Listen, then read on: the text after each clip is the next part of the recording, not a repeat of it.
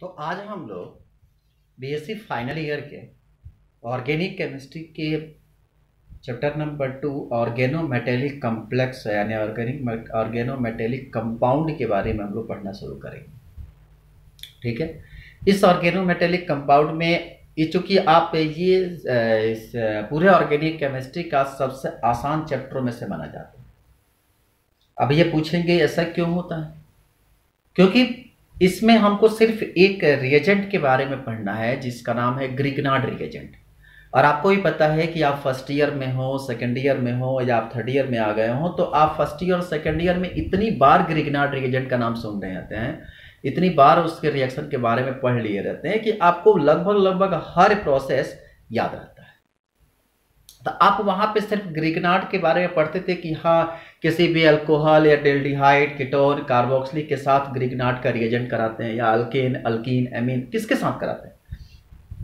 इसमें हम लोग सीखेंगे ग्रिग्नार्ड की फॉर्मेशन मेथड, ग्रिग्नार्ड की फिजिकल प्रॉपर्टी, ग्रिग्नार्ड बनाते कैसे हैं, ग्रिग्नार्ड रिएजेंट की तैयारी कैसे करते हैं इसके बारे में, और फिर इसके बाद ये कौन कौन से रिएक्शन में पार्टिसिपेट करता है। तो स्टार्टिंग में थोड़ा सा आप लोग को नया मिलेगा, बाकी आप देखेंगे कि वह पुरानी कहानी लौट के आएगा कि हाँ एल्किन के साथ रिएक्शन करता है, एल्डिहाइड के साथ रिएक्शन करता है, कार्बोक्सिलिक के साथ रिएक्शन करता है, तो बाकी सब कुछ पुराना लौट कर आ जाएगा। शुरू में थोड़ा सा आज की जो शुरू की कहानी वो थोड़ा सा डिफिकल्ट लगेगा, पर उतना भी डिफिकल्ट नहीं है, बहुत आसान चैप्टर है ये। ठीक है, तो कहते हैं कि जो भी हमारे पास जो ऑर्गेनोमेटेलिक कंपाउंड होता है, ऑर्गेनोमेटेलिक कंपाउंड का मतलब क्या, जहां पर एक एल्किल ग्रुप हो और जहां पर कम से कम एक मेटल हो, जहां पर एल्किल ग्रुप हो मतलब ऑर्गेनिक कंपाउंड हो और उसके साथ कम से कम एटलीस्ट एक मेटल जुड़ा हुआ हो, तो इस प्रकार के जो कंपाउंड का निर्माण होता है उसे हम लोग कहते हैं ऑर्गेनोमेटेलिक कंपाउंड। ठीक है, जैसे में अगर मान लीजिए कि अल्केन है, उसके साथ लिथियम जोड़ दिए, कैल्शियम जोड़ दिए, मैग्नीशियम जोड़ दिए, पोटेशियम जोड़ दिए, तो इस तरह की जो कॉम्बिनेशन किसी भी एल्किल ग्रुप के साथ अगर कोई यहां पर मेटल आयन अगर पार्टिसिपेट कर देता है तो इस तरह के जो कॉम्प्लेक्स के फॉर्मेशन होते हैं या इस तरह के जो कंपाउंड बनता है, तो इस कंपाउंड को हम लोग ऑर्गेनोमेटेलिक कंपाउंड कहते हैं। ठीक है, जैसे मैं आपको एग्जांपल दिया है, यहां पर मैग्नीशियम ब्रोमाइड के साथ मैग्नीशियम मेटल, यहां मैग्नीशियम मेटल, यहां magnesium metal, lithium metal, lithium metal, zinc metal, cadmium और लीड। तो इस तरह के जितने भी आपको मेटल होते हैं, जो एलिमेंट्स क्या करते हैं, कार्बन के साथ अटैच्ड होते हैं, उस तरह के कंपाउंड को हम लोग ऑर्गेनोमेटेलिक कंपाउंड कहते हैं। सबसे ज्यादा जो रिएक्टिव होता है वह कार्बन पोटेशियम के साथ, इसकी रिएक्टिविटी काफी ज्यादा होती है। ठीक है, उसके बाद सोडियम के साथ, फिर लिथियम के साथ, मैग्नीशियम के साथ, फिर जिंक के साथ और फिर कैंडियम के साथ। ठीक है, तो आप क्यों सबसे ज्यादा इसकी रिएक्टिविटी होती है, पहली चीज की ये इसके आउटर मोस्ट में एक इलेक्ट्रॉन होते हैं। दूसरी चीज की फिर आता है बात कि फिर सोडियम के साथ क्यों नहीं होता है, तो क्योंकि सबसे बड़ा चीज होता है कि इसके साथ क्रॉस रिलेशनशिप होता है, उसकी साइज थोड़ी बड़ी होती है, तो ऐसे स्थिति में इसकी रिएक्टिविटी रेट जो होती है काफी ज्यादा होती है। ठीक है, इसके बाद तो कह रहे हैं कि अब आप डालिए ऑर्गेनो मैग्नीशियम कंपाउंड, और एग्जाम्पल किसके द्वारा, ये मैग्नीशियम कंपाउंड जो बनता है उसमें सबसे एग्जांपल अच्छा होता है ग्रिग्नार्ड रिएजेंट, उसे हम लोग कहते हैं विक्टर ग्रिग्नार्ड, इस साइंटिस्ट का नाम है, और इन्हीं के आधार पर हम लोग पढ़ना शुरू करते हैं। तो कहते हैं कि जब भी हम ग्रिग्नार्ड बनाते हैं तो क्या होता है कि जो हमारे पास एल्किल हैलाइड होता है, अगर जब ये मैग्नीशियम के साथ मिलता है, ध्यान रखेंगे ड्राई ईथर के प्रेजेंस में, इस सबसे इंपॉर्टेंट बात है, जहां पर एल्किल आएगा वहां पर क्या आएगा, ड्राई ईथर आता है, तो ये बनता है RMgX। लेकिन अगर यहीं पर कोई एरिल ग्रुप आए, एरिल ग्रुप जैसे मान लीजिए कि हमारे पास अगर बेंजीन है, यहां पर क्लोरीन है, आप क्लोरीन की जगह पर X लिख लो, सबसे अच्छा रहेगा। ठीक है, जहां X is equal to chlorine, bromine और आयोडीन। ठीक है, तो यहां पर अगर X होता है तो ध्यान रखेंगे यहां पर टेट्राहाइड्रोफ्यूरॉन का यूज करते हैं। टेट्राहाइड्रोफ्यूरॉन फॉर्मूला पता है ना, टेट्राहाइड्रोफ्यूरॉन, नीचे एक डंडा लगा दो और ऊपर से क्या करो, ऐसे घूमो लेकर, तो ये होता है टेट्राहाइड्रोफ्यूरॉन। ठीक है, ये है टेट्राहाइड्रोफ्यूरॉन।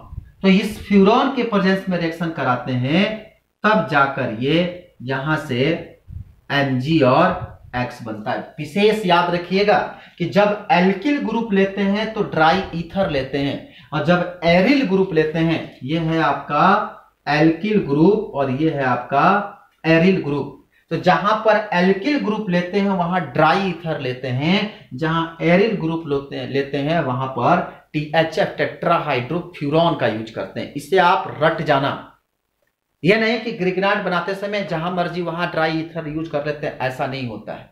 जब भी हम ड्राई ईथर यूज करते हैं तो सिर्फ एल्किल ग्रुप हो, वह एल्किल ग्रुप में एल्केन भी हो सकता है, अल्कीन भी हो सकता है, अल्काइन भी हो सकता है, आई मीन कुछ भी हो। जहां single double triple bonded single chain वाले स्ट्रक्चर मिलते हैं, जहां पर साइक्लिक बनता हो पर उसमें कोई भी कम से कम 3 डबल बॉन्ड जहां आ गया वो एरिल ग्रुप आ गया। जहां एरिल हुआ वो समझ लेना वहां पर THF यूज करेंगे। तो एरिल ग्रुप में THF यूज करते हैं और एल्किल ग्रुप में ड्राई ईथर यूज करते हैं। हमें उम्मीद है कि आप इस चीज को क्या करेंगे, याद करके हमेशा रखेंगे। ठीक है, मतलब कि अब जैसे ही हमारे पास मिला तो आप याद रखेंगे जो हैलाइड की सबसे बड़ी संख्या आयोडीन, उसकी रिएक्टिविटी, फिर उसके बाद क्लोरीन, उसके बाद फिर से ब्रोमीन और सब उसके बाद क्या, क्लोरीन। ये इसका रिएक्टिविटी का ऑर्डर होता है। अब देखो जो भी हमारे पास एरिल ग्रुप बनाते हैं, जो बनाते समय आप सबसे बड़ी चीज होती है, अब ध्यान रखेंगे जो एल्किल ग्रुप अगर जो जुड़ता है, एल्किल ग्रुप में सबसे ज्यादा रिएक्टिव जो होता है वो नॉर्मल एल्किल होता है। ठीक है, जैसे जैसे ब्रांचिंग बढ़ता जाएगा वैसे वैसे इसकी रिएक्टिविटी जो होगी वह बढ़ती जाती है। ठीक है, अब देखो जो भी हमारे पास रिएक्शन हम लोग बनाते हैं, इसको बनाते समय जो भी हम मान लीजिए कि किस तरह से ये आकर इसके साथ अटैच होता है। अगर आपसे हम कहें अटैचमेंट की बात करें तो इसमें क्या होता है कि जो R जो है X और क्या है यहां पर Mg, जो RXMg मतलब RXMg है।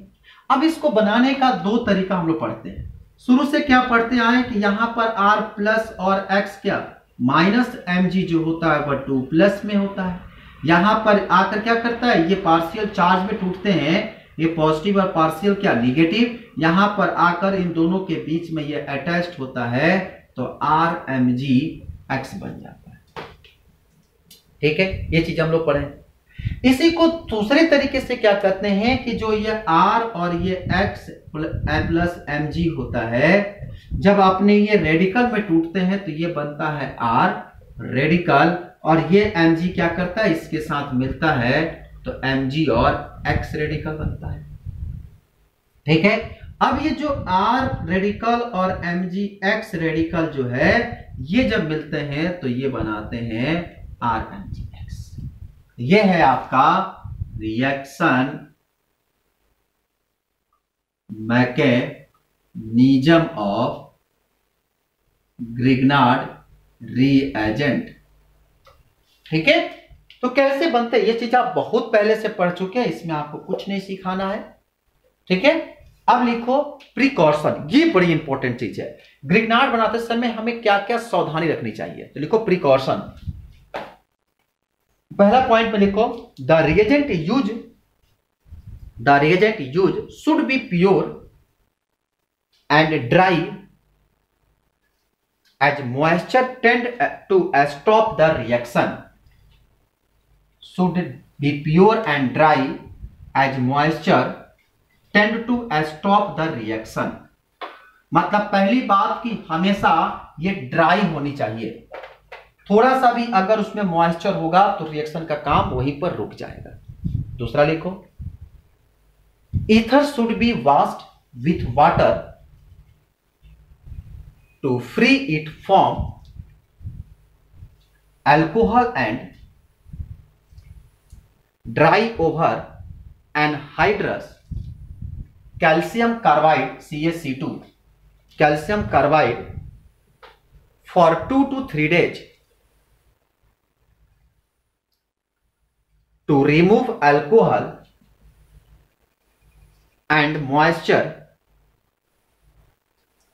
It should be finally distilled over sodium and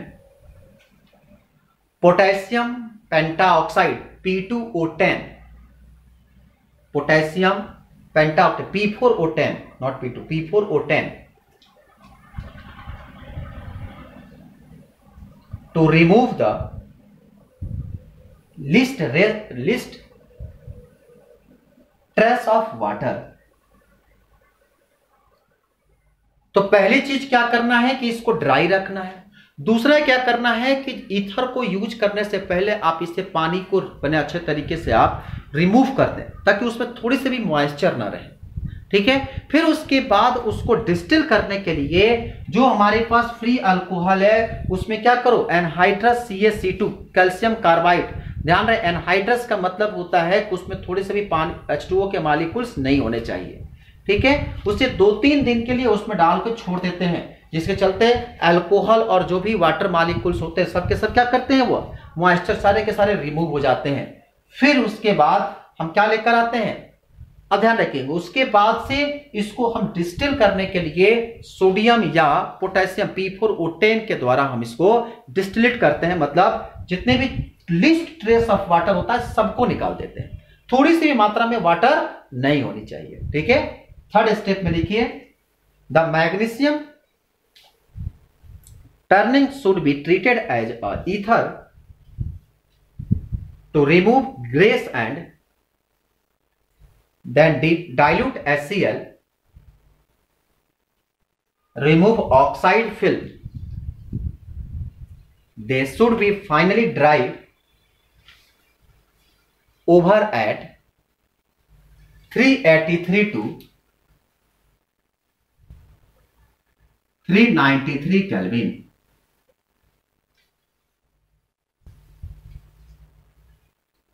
ठीक है। फिर उसके बाद इसमें मैग्नीशियम को ऐड करते हैं, और जैसे ही मैग्नीशियम को ऐड करते हैं और साथ में डाइल्यूट HCl, तो उसके ऊपर जो ऑक्साइड की लेयरिंग बनी होती है वो खत्म हो जाती है। और फिर उसके बाद उसको क्या करते हैं हम लोग, फाइनली सुखाते हैं 398 से 393 केल्विन पर। और लास्ट में लिखो, alkyl halide should be dry by distilling over the P4O10। Alkyl halides should be dried by distilling over the P4O10, ठीक है। तो 4 प्रोसेस को हम लोग अपनाएंगे।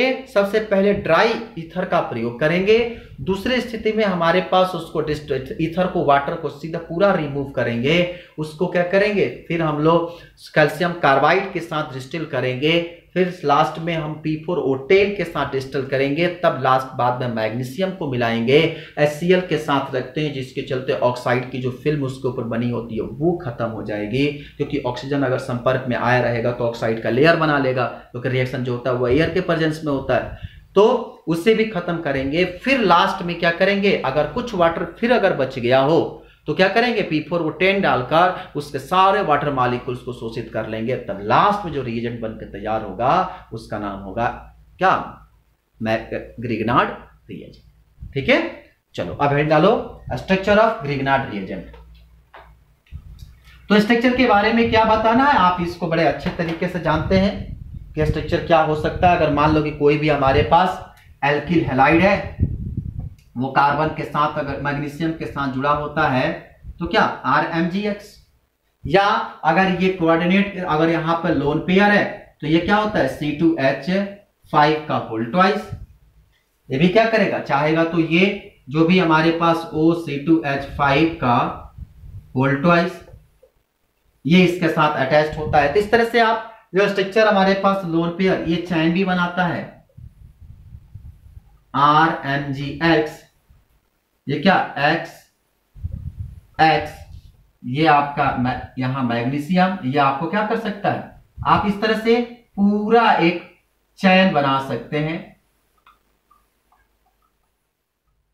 तो ये तो आप पहले से बहुत पहले से पढ़े हुए हैं, हमको नहीं लगता है कि इसको आपको ज्यादा एक्सप्लेन करने की जरूरत है, ठीक है। आप इसमें लिख भी सकते हैं, during the preparation of Grignard reagent, ether is used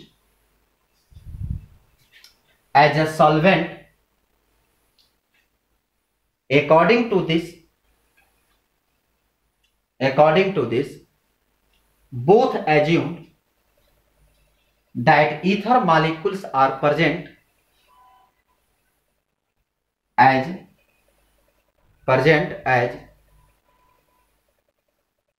ether of catalyzation. Thus, two most popular structure has been proposed for the Grignard reagent. मतलब कि R2Mg या Mgx2 जब ये मिलते हैं तो क्या बनते हैं, R2Mg और प्लस Mgx2 या 2Mgx या 2RMgx। ये सब चीजें आप पहले से पढ़े हैं, इसीलिए इसमें हम ज्यादा एक्सप्लेन नहीं कर रहे हैं। R2Mg Mgr2, ये जो R2 दिया गया है यहां पर आप या तो X लेके दो मॉलिक्यूल्स आप यहां पर X भी ले सकते हैं, या दो मॉलिक्यूल्स आप एल्किल ग्रुप का ले सकते हैं।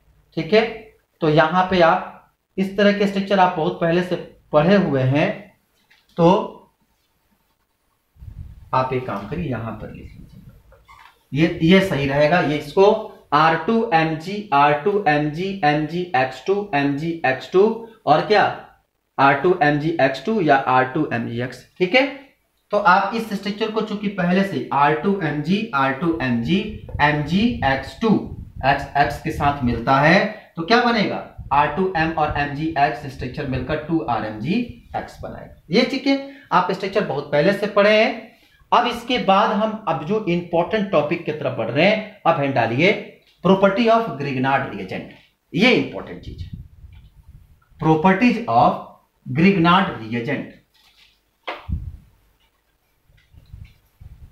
Properties of Grignard reagent.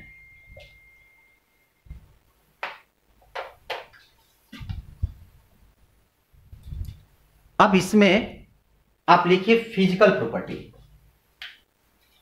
Physical property लिखिए, Grignard reagent are a colourless non volatile liquid. They are not isolated in free state due to their explosive nature. Due to their explosive nature, they are used in situ, that is in solution form of ether solvent. Ether solvent, ये जो कि free state में जो होता है कभी नहीं होता है। आप देखेंगे कि मैक्सिमम रिएजेंट को हमेशा ब्राउन कलर के बोतल में रखा जाता है। क्यों? क्योंकि उनकी रिएक्टिविटी इतना फास्ट होती है कि अगर आप उससे कंट्रोल ना करेंगे तो आसानी से क्या करेगा, वो एक्सप्लोज होने की टेंडेंसी रखता है। ठीक है, चलिए अब इसके बाद हम लोग आते हैं केमिकल प्रॉपर्टी पर। तो लिखिए केमिकल प्रॉपर्टी। उसको सबसे पहले लिखिए double decomposition with compound. Double decomposition with compounds containing N active hydrogen atoms. Active hydrogen atom. ठीक है, उसमें पहला लिखिए, चलिए अब उस लिख लिए, उसमें लिखिए an active hydrogen atom is one which is joint to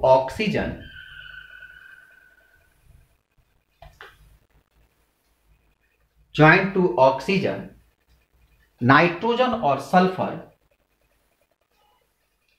when such compound are treated with Grignard reagent,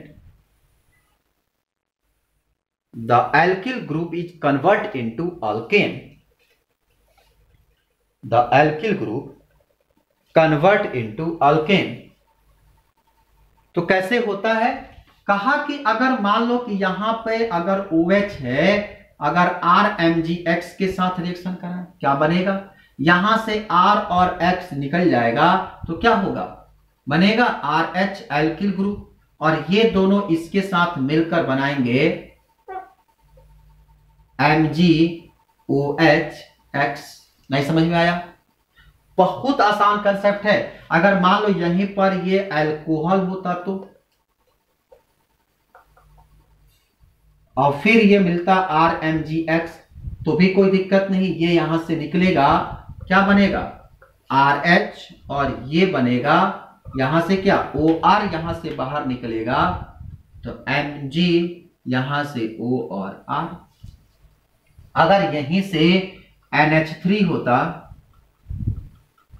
और ये फिर RMgX के साथ मिलता तो क्या होता है, यहां से एल्किल निकलता, और फिर ये यहां से मैग्नीशियम एक तरफ हैलोजन एक तरफ NH2। अगर मान लीजिए कि एग्जांपल में अगर HCl होता तो क्या होता, HCl होता और RMgX से मिलता तो क्या होता, H प्लस और Cl माइनस, ये R इसके साथ बनाता तो ये RH होता, और ये क्लोरीन इसके साथ मिलता तो ये मैग्नीशियम एक तरफ हाइड्रोजन दूसरी तरफ क्लोरीन। तो कितना आसान कंसेप्ट है। हम आपसे पहले कहेंगे कि जब भी ऑर्गेनिक केमिस्ट्री पढ़िए, लाल blue different different different different pen लेके बैठिए। इससे क्या होगा कि आपको फूल पत्ती बनाने में बड़ा मजा आएगा, ठीक है। और जितना आप अच्छा फूल पत्ती बनाएंगे वह उतना ही अच्छा जो होता है सुंदर लगेगा और समझने में आपको बड़ी आसानी होगी, ठीक है। तो आप जैसे हम बजट खींचते हैं ना, ऐसे लाल पीला हरा पेन आप यूज करिए। अब हम लोग के पास तो मार्कर होता है ब्लू रेड ब्लैक, ज्यादा तीन ही कलर का, तो हम लोग ठीक है आगे फूल पत्ती हम भी खींचेंगे, पर आपकी जो है बात तक पढ़ना हम लोग को अभी बनाना है, तुरंत यहां से मिटा देना है, और आप लोग की कॉपी में हमेशा रहेगा, तो इसीलिए आप लोग इस पर विशेष ध्यान दीजिएगा, ठीक है। अब देखो कहते हैं कि जो भी हमारे पास ये रिएक्शन होता है, अब जरा समझो, जो RMgX है हमारे पास, तो आपको सबसे इंपॉर्टेंट बात बताएं जो अभी तक आप कभी नहीं पढ़े थे, ये नई बात होगी आपके लिए। कहते हैं कि जो ग्रिग्नार्ड हमारे पास RMgX होता है, अगर इसको हम मान लो कि किसी अल्कोहल के साथ रिएक्शन करें तो इसके पास लोन पेयर होता है। ये R अपना लोन पेयर जब इसको देता है तो ऐसी स्थिति में ये आपस में मिलकर क्या बनाता है, R और H बनाता है। इससे मतलब कि ये H प्लस आयन लेता है, और जो H प्लस आयन लेता है वो कहलाता है क्या, बेस। तो ग्रिग्नार्ड जो होता है वह एक स्ट्रॉन्ग बेस के रूप में काम करता है, ध्यान रखेंगे। जो H प्लस आयन देता है, जब ये इसको देगा तो ये कहलाता है एज अ स्ट्रॉन्ग एसिड के रूप में, ध्यान रखना। अब ये मत कहना कि सर आप जब अल्कोहल पढ़ाते हैं तो वहां पर वीक एसिड की बात करते हैं, इनके दोनों की कंपेयर की बात हो रही है यहां पे। तो यहां पे जब H प्लस आयन दिया तो यहां पर एज स्ट्रॉन्गर एसिड के रूप में काम किया, और यहां पे क्या किया, एक स्ट्रॉन्गर बेस के रूप में काम किया। अब जो ये लेकर एक नया प्रोडक्ट बनाया, अब ये क्या कहलाएगा, अगर जब डोनेशन होगी तो ये H प्लस आयन देगा तो ये एक क्या होगा, एसिड होगा, पर ये एक वीकर एसिड के रूप में कहलाता है। और जब एक नया जब ये RMgX होगा तो ये क्या बनेगा, R और O, ये R और O निकला अलग, ठीक है, माइनस में Mg2 प्लस और X क्या माइनस। अभी जो O है वो इलेक्ट्रॉन को क्या करेगा, अब ये एक्सेप्ट करेगा H प्लस आयन, तो ये क्या कहलाएगा, वीकर बेस। तो कह सकते हैं कि जो ग्रिग्नार्ड रिएजेंट होता है, जब इससे हाइड्रोलिसिस कराते, जब ये मॉलिक्यूल से ब्रेक करता है तो अपने कंजुगेट एसिड और कंजुगेट बेस का फॉर्मेशन करता है। जब ये प्रोडक्ट बनाता है तो ये क्या करता है, ये हमेशा एक कंजुगेट एसिड और कंजुगेट बेस का निर्माण करता है, ठीक है। तो आप इस चीज को हमेशा याद रखिएगा कि ग्रिग्नार्ड रिएजेंट जो होता है वह एक स्ट्रॉन्ग बेस के रूप में काम करता है। जब ये रिएक्शन करता है, जैसे हाइड्रोजन कंटेनिंग जिसमें मोर एसिडिक होता है, जो एसिड के साथ रिएक्शन करता है, तो यहां से ये जो एल्किल हाइड्राइड का निर्माण होता है, एल्कोन के साथ जो अल्कीन का फॉर्मेशन होता है, वह एज एक वीक एसिड के रूप में काम करता है, और जो एल्किल का ऑक्साइड बनता है, हाइड्रोक्साइड बनेगा, वह एक वीक बेस के रूप में काम करेगा। अतः इस तरह से ये दोनों क्या करते हैं, कंजुगेट एसिड और बेस का निर्माण करते हैं। ठीक है, तो आप इस चीज को हमेशा याद रखिएगा। तो लिख low carbon magnesium bond in, फटाफट लिखो, carbon magnesium bond in RMgX has considerable ionic character, इसके ऊपर पार्शियल निगेटिव और इसके ऊपर पार्शियल पॉजिटिव चार्ज आता है। ठीक है, आयनिक character because of this carbon atom bonded to metal, a strong base, or we can say a Grignard reagent are a strong base. They react with those compound which have more acidic than hydrogen in hydrocarbon from which the Grignard reagent is derived. This reaction of Grignard reagent with above mentanoid with compound are acid base reaction and lead to formation of conjugate base and conjugate acid. ठीक है, अब चलो, अब second next portion में लिखो addition of compound containing multiple bonds, addition of compounds containing multiple bonds. देखो, in such case the addition of RMgX take place इन such a way that alkyl group, bracket में लिख लो nucleophile, goes to atom having the lower electronegativity। जैसे में अगर मान लो कि यहां पर RMgX है, अगर कोई कीटोन बॉडी को ले लो RCR डबल बॉन्ड O, कैसे टूटेगा? ये जो यहां पे टूटेगा पार्शियल निगेटिव और ये पार्शियल पॉजिटिव आकर यहां पर अटैक करेगा। जैसे ये अटैक करेगा तो मतलब इस बॉन्ड की क्लीवेज होगी, तो क्या बनेगा RCR और दूसरा ये तीसरा R, यहां पर जो ऑक्सीजन माइनस में, फिर क्या Mg, इसके Mg जब ब्रेक करोगे तो 2 पॉजिटिव चार्ज में आएगा और साथ में क्या X माइनस में होगा। अब जो ये हमारे पास RCR बना, O माइनस, यहां से Mg प्लस और X क्या माइनस है। अगर ये अटैकिंग जब करेगा, अगर मान लीजिए कि ये जो हमारे पास, अगर इसका हम H2O के साथ रिएक्शन कराएं, H प्लस और OH माइनस के साथ, तो क्या होगा, ये H जो होगा ये यहां से इनके ऊपर अटैक करेगा। अब चूंकि इसके पास 2 पॉजिटिव है, तो एक पॉजिटिव इसके साथ और दूसरा कहां, इसके साथ रिएक्शन करें, तो क्या बनेगा, यहां से R और एक क्या OH प्लस MgX, यहां से MgX या MgOH बनेगा। इसी को दूसरे तरीके से कैसे समझेंगे कि जो RMgX है, जब ये R, ध्यान रखेंगे ये रिएक्शन जो होता है वह डाइल्यूट HCl के प्रेजेंस में होता है। तो RMg यहां पे RC और R डबल बॉन्ड O है, इसी को हम लोग अपने देसी तरीके में क्या समझते हैं, यहां से तोड़ते हैं R प्लस पार्शियल निगेटिव और ये पार्शियल पॉजिटिव में, यहां से ये बाउंड ब्रेक होगा तो ये टूटेगा माइनस और एक इसमें प्लस में, ये आकर यहां अटैक करेगा और ये आकर यहां अटैक करेगा, तो ये बना R और R, यहां से बना O, और क्या होगा एक जो हमारे पास O मिला, ये क्या कहलाएगा, OMG और X आकर इससे जुड़ गया।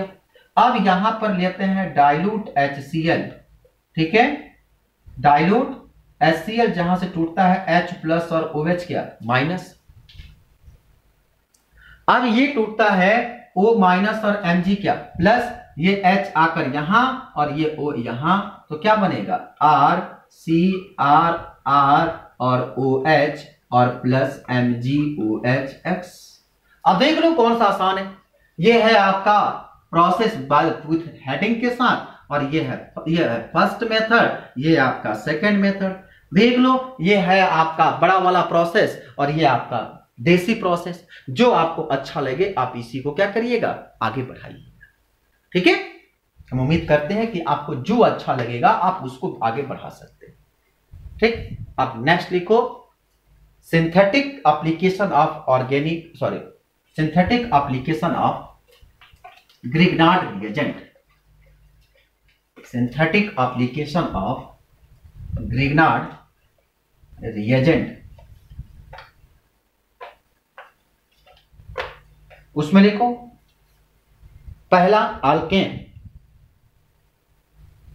अल्केन तो कहते हैं कि जब भी हमारे पास अल्केन हो, जैसे में CH3MgI जब H2O के साथ रिएक्शन करे तो क्या बनेगा, क्या होगा भैया, यहां जब बनाओगे तो क्या बनेगा, तुरंत क्या करो, यहां से ये CH3MgI है, इसे पार्शियल निगेटिव और इसे पार्शियल पॉजिटिव में तोड़ो, H प्लस और OH माइनस में तोड़ो, इससे इसको दो, इसको दो, क्या बनेगा CH4Mg, एक तरफ जाएगा I, दूसरे तरफ जाएगा OH। नहीं समझ में आया, बना लोगे। इसी तरह से हम फटाफट आपको लिख देते हैं, घर से बनाकर हमको दीजिएगा, C2H5Mg या C2H5OH बना लोगे ना। यहां से क्या करना, O माइनस और H प्लस तोड़ देना, CH यहां से बन जाएगा C2H6 और Mg के साथ OC2H5। क्या करना, यहां से Mg के साथ क्या, जो कुछ छूट गया क्या, अच्छा यहां पर I छूटा है, एक तरफ I दूसरी तरफ C2H5O, ठीक है। इसे करना, दूसरा लिख लो CH3MgI, ये करा दो NH3 के साथ, ठीक है, इसे बना के दिखाना। तीसरा ले लो, चलो दो ही बनाओ उसके बाद फिर देंगे, ठीक है। अब लिखो, ये हो गया आपका अल्केन के साथ। अब इसके बाद दूसरा लिखो अल्कीन के साथ। इसे करना जरूर, घर पे करना, करके हमारे कमेंट बॉक्स में लिखना कि हाँ सर हम ये बनाए हैं, ये नहीं कि हम एक छोड़ दिए तो आप बैठ गए घर पे। दूसरा लिखो अल्कीन। जो अल्कीन्स होते हैं, जैसे में CH3MgI, जब ये किसी अल्कीन के साथ ICH2, लो हम यहां I ले लेते हैं, CH डबल बॉन्ड CH2, अभी क्या होगा, यहां से जब आप ब्रेक करोगे, अब जरा गौर से समझना कहानी क्या होगी। जब ये तोड़ोगे तो माइनस और ये क्या प्लस में, यहां से तोड़ोगे तो ये पार्शियल नेगेटिव और ये क्या पार्शियल पॉजिटिव में, इनको इनके साथ मिला दो, इनको इनके साथ मिला दो, तो क्या बनेगा, यहां से CH3 CH2 CH double bond CH2 और ये बन गया MgI2। नहीं समझ में आया, बहुत आसान है, कर लेंगे ना। तीसरा लिखो alkyne, ALKYENES, alkynes, sorry alkynes, ठीक है। अगर मान लो कि यहां पे CH3C ट्रिपल बॉन्ड CH हो और इसकी रिएक्शन कराना हो CH3MgI के साथ, क्या करेंगे, जैसे आप इसको यहां पर अटैक कराओगे, अच्छा सोचो, क्योंकि यहां पर आप हाइड्रोजन को जब जोड़ने की कोशिश करोगे तो बड़ा डिफिकल्ट काम होगा इसको निकालना। जब आप इसे मान लो यहां पे अगर बॉन्ड का हम क्लीवेज करें, थोड़ा गौर समझना, यहां से अगर देखें तो यह हाइड्रोजन है जब आप इसको तोड़ोगे तो ये टूटेगा किस में, पॉजिटिव और ये निगेटिव में। यहां पे टूटेगा ये पार्शियल निगेटिव और ये क्या, पार्शियल पॉजिटिव। इसको यहां अटैक कराओ, इसको यहां अटैक कराओ, क्या बनेगा, CH3 C triple bond C MgI और ये क्या बना, CH4। समझ में आया। अगर यहां पर एक मोल हम ले लें CH3 CH2I तो क्या होगा, यहां से टूटेगा ये पॉजिटिव में और ये क्या, निगेटिव में, पॉजिटिव और ये निगेटिव में। यहां से टूटेगा ये पार्शियल निगेटिव और ये पार्शियल पॉजिटिव में, ये निगेटिव इस पॉजिटिव के साथ और ये पॉजिटिव इस निगेटिव के साथ, तो क्या बनेगा, CH3 C triple bond C CH2 CH3 और साथ में MgI2। तो बहुत आसान है कि नहीं। बस आप कॉल ये देखो कहां से किधर क्या टूट रहा है, ठीक है, और फटाफट आप बना सकते हो।